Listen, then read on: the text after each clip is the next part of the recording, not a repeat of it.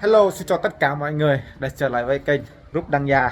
Tại sao là Rúp Đăng Gia? Đó là chữ Đăng Gia của nhà Rúp nha. Đó, hiện tại có kênh là Rúp Đăng Gia. Vui, đó là chữ Đăng Gia, Rúp Đăng Gia. Hiện tại thì anh em chúng tôi đang có mặt tại nhà Rúp để chuẩn bị quay phim người con đu đòi người con cái gì đó không biết nữa. Sau Tết này thì anh em ở bạn bè sẽ còn ho về, xong rồi rủ quay phim rồi rút lấy kịch bản xong đưa cho mấy bạn sửa lại rồi, xong rồi anh em hôm nay quay rủ hết cái diễn viên của Rúp bên Rúp TV quay cho kênh Toàn Drama nha, Toàn Drama. Không phải là kênh Rúp TV. Rúp TV không chơi mấy cái này đâu, chơi mấy cái này nó phức tạp lắm, nó tốn thời gian lắm, nó không có hài nên đầu tư nhiều tiền lắm thôi, đưa cho mấy người giàu họ làm cái phim này ha. Mình nghèo mình không có làm phim này, tốn tiền lắm ha. Đây là nhóm chúng tôi này. Đây.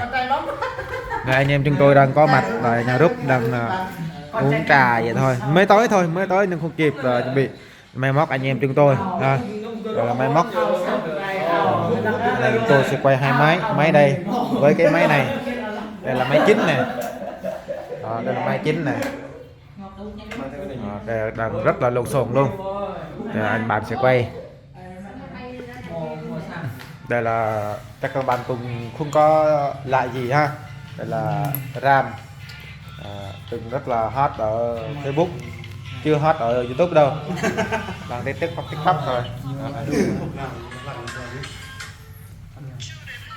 Sao mà Ram Đang trang điểm cho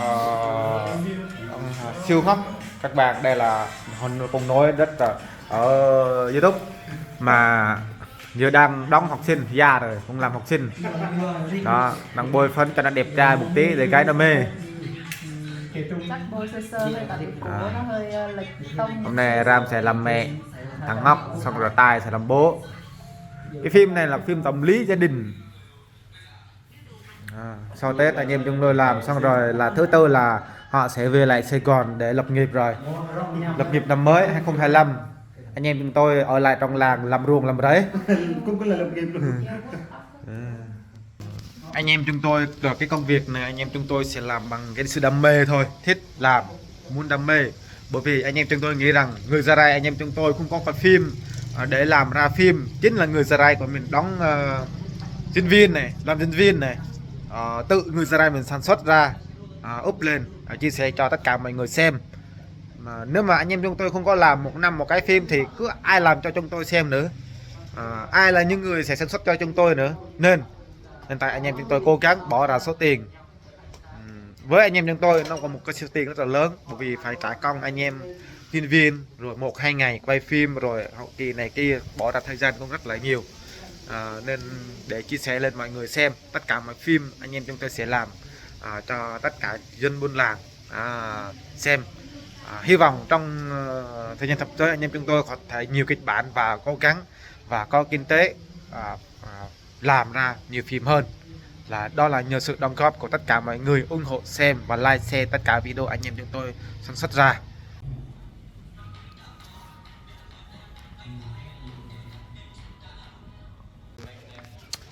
Rất cùng tiết lộ cái sơ qua cái kịch bản luôn. Cái kịch bản này là người con đua đòi, nói về bộ phim là một người con có gia đình không có khán giả gì cả, nói chung là gia đình nghèo, nhưng mà người con nó đua đòi, nó thấy bạn bè của nó mua rất là nhiều xe đẹp. Đúng rồi, mua cà phê nó đắt tiền mà, mua cà phê nó lên giá mà, thì họ mua xe là bình thường. Nhưng mà người con này là sinh ra một cái nhà không có khán giả như các bạn, nên đã về nhà đu đòi với ba mẹ muốn mua xe như vậy, nên mới xảy ra mâu thuẫn gia đình với con cái và giận nhau rồi này kia, rồi cắt đứt quan hệ gia đình, rồi đi vào một cái tệ nạn xã hội sai lầm của người con. Và kết thúc như thế nào mời các bạn cùng theo dõi video nha. Ok. Tại thì lúc đang ở nhà mẹ, ngày nay chưa ăn sáng, uống cà phê thôi, giờ phải ăn sáng là thấy có rau ăn nên ăn. Này tí nữa Duyên cùng ăn cơm luôn mà.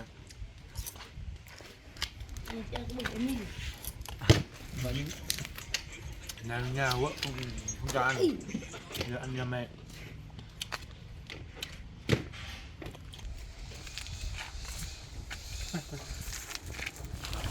Thử đi, đừng mà thử trước đi.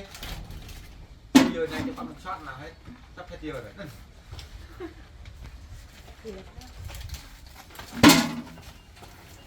Dạ con chào bao, con mới đi học về. Chào con.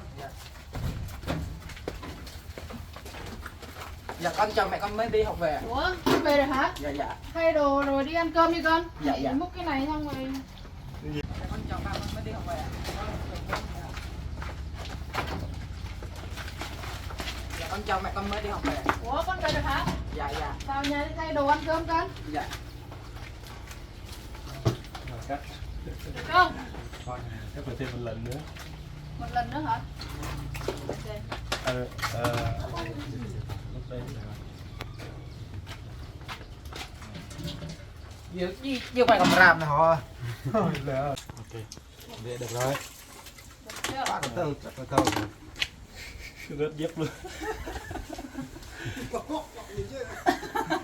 Đây là mấy đúng căng da mình đi để chắc cho tên combo.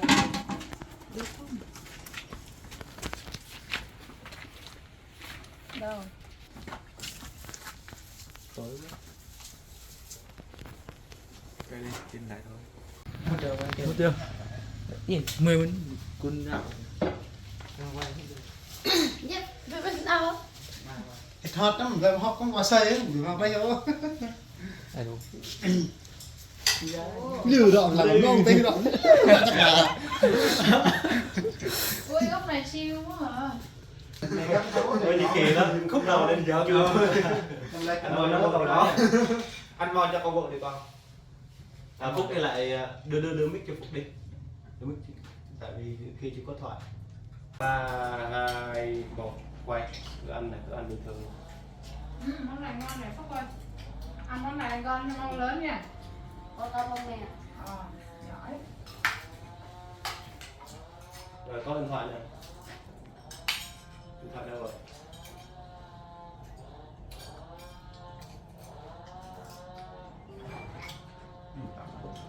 Lại đi, rồi bấm gọi này. Nhái hả? Rồi đang ăn này. Để điện thoại đi, điện thoại xuống đi rồi này. Gọi này 3, 2, 1 gọi, ăn đi.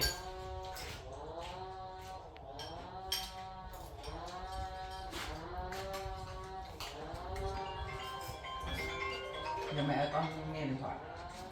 Rồi đi luôn. Rồi cắt, ok. Rồi, khúc này quay cận nha. Móc đâu rồi? Ông mình ngọc cứ quay ra. Hả? Ngọc cứ quay ra. Tại vì ít bắt một người thôi. Xong bên này còn để có bắt đi. Ngọc tiếp cái đoạn đó. Không để điện thoại xuống á. Không để điện thoại xuống á.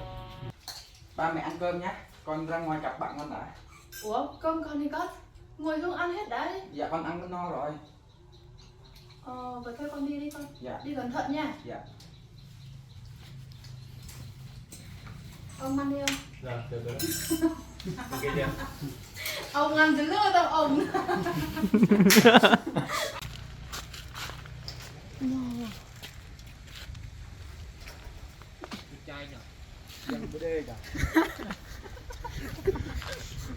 Đừng cái chồng. Đi, ok chưa? Bạn.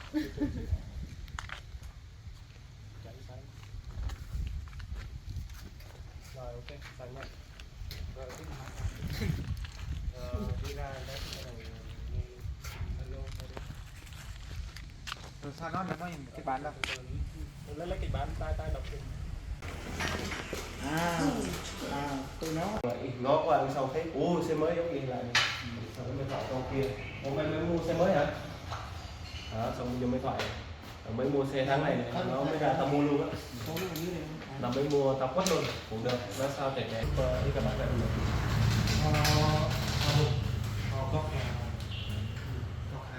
Là cốc tại vì như quốc tầm như vậy thì nó bị sai cốc. Thôi là phải hẳn bên này luôn này, mình hẳn một bên luôn. Hiện tại thì anh em chúng tôi đang có mặt tại quán để quay anh em họ uống cà phê đây này. Đó. Được tài trợ bởi quán ở Chi Đăng Gia, quán cà phê Thủy Tài. Đó. Đây bên này đang ba mẹ đang xem điện thoại ha. Giờ là đi quay cảnh họ đi qua đây cà phê. Phúc mạnh nhan á, mạnh nhan vô lại. Hello mọi người. Đây giờ là bị đâm ngã hả? bà này bị con trai nó cướp tiền á nên khóc nha các bạn nha, chứ không có ai chết hết nha. Thì có con thằng con trai nó cướp tiền á, nên khóc nha, không phải là khóc vì cái này đâu nha. Cái này được khóc để làm gì đâu mà do tiền bo đây này, con trai nó cướp tiền nên nó khóc nè. Trời ơi, anh lại mấy bên công sức. Đây, không có người chết đâu nha các bạn nha, khóc tiền mất thôi. Dạ, mà chạy 3 đốt hoáng nhá, chạy này 3 2 1 chiếc.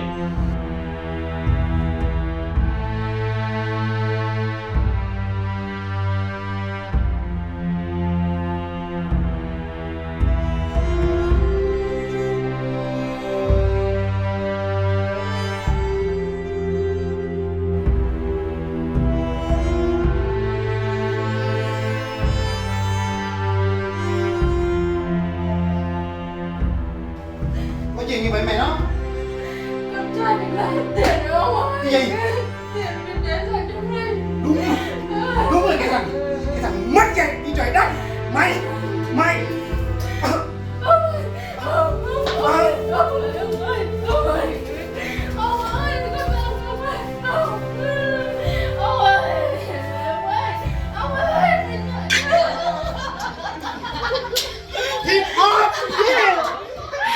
Cười quá bạn ơi, buồn cười quá, không cười không kìa ấy được, không kiềm chế được, cười buồn cười quá, ngại quá, thấy nó dính ngại quá, buồn cười quá các bạn ơi. Bò vô đây, xếp một hàng đẹp luôn nhưng mà cái ta thì để một khó một bên. Cái cảnh này là ý định mình là muốn hài nên là mình sẽ lướt máy từ đây, rồi từ cái xe này xong lướt qua xe này, lướt tới đây, xong lướt qua xe này thì thấy xe cũ, xong bắt đầu mới cảnh đối thoại. Đó. Hôm nay là buổi chiều rồi nhá, sắp hết cảnh rồi. Đây là một phân cảnh những cái người con đua đòi, mà thực tế thì ở ngoài xã hội thì cũng có nhiều người cũng như thế, tức là họ đua đòi muốn mua xe đẹp đẹp như này nè.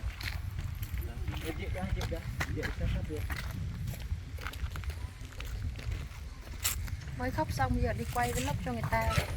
Cười với mấy đứa bạn đấy, cười nhân hiểm á. Kiểu vậy. Gật đầu cái. Hôm nay thì mình đóng vai trò quay thôi nha, đạo diễn hay là cái gì đó, cái xương kịch bản là rút đưa cho họ, đạo diễn cái quay phim đó như thế nào tùy họ, rút quay thôi nha, không có làm gì hết, mệt lắm, mệt. Dương phim này đau đầu đó, dương phim này rất là đau đầu, rất là mệt, phải mất rất nhiều thời gian mới dừng phim này xong. Dừng nó ngắn thôi nha, xem nó đơn giản thôi nhưng mà dừng rất là khó nha, quay kiểu này này. Nhìn qua chỗ bạn của y đằng sau xong rồi gật đầu, xong rồi y nhìn qua chỗ ngóc y gật đầu, xong thế là cắt cánh vô là ok.